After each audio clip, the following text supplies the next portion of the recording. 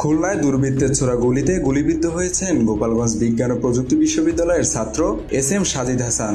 রবিবার রাত ৯টার দিকে নগরীর ময়লাপোতা মোড় সংলগ্ন খুলনা সিটি মেডিকেল কলেজ হাসপাতালের সামনে এ ঘটনা ঘটে। একই সময়ে ময়লাপোতা সোনাপোতা স্কুলের বিপরীতে দুর্বৃত্তের ছুরিকাঘাতে গুরুতর জখম হয়েছে নয়ন শেখ নামের এক যুবক। আকাশ সৌরভ, আকাশ আর সৌরভ সেনাবাহিনী দিয়ে ওকে দুই একজনের আমি ধরাই হেল্প করছিলাম, ধরেন পুলিশ প্রশাসন হেল্প করছি, তিনটা করছে দুইটা লাগছে মনে হয়।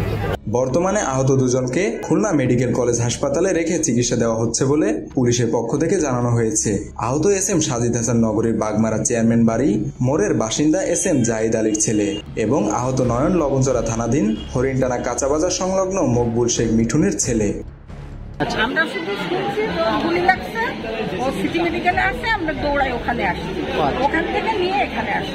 ছাত্র ও গোপালগঞ্জ ইউনিভার্সিটিতে অনার্স মার্কেটিং এ সেকেন্ড ইয়ারে পড়ে। ও বাড়িতে থাকে, বাড়ি থেকেই কলেজ ইউনিভার্সিটি পড়ে। মেহেদী হাসান বাপ্পি, খুলনা গেজেট।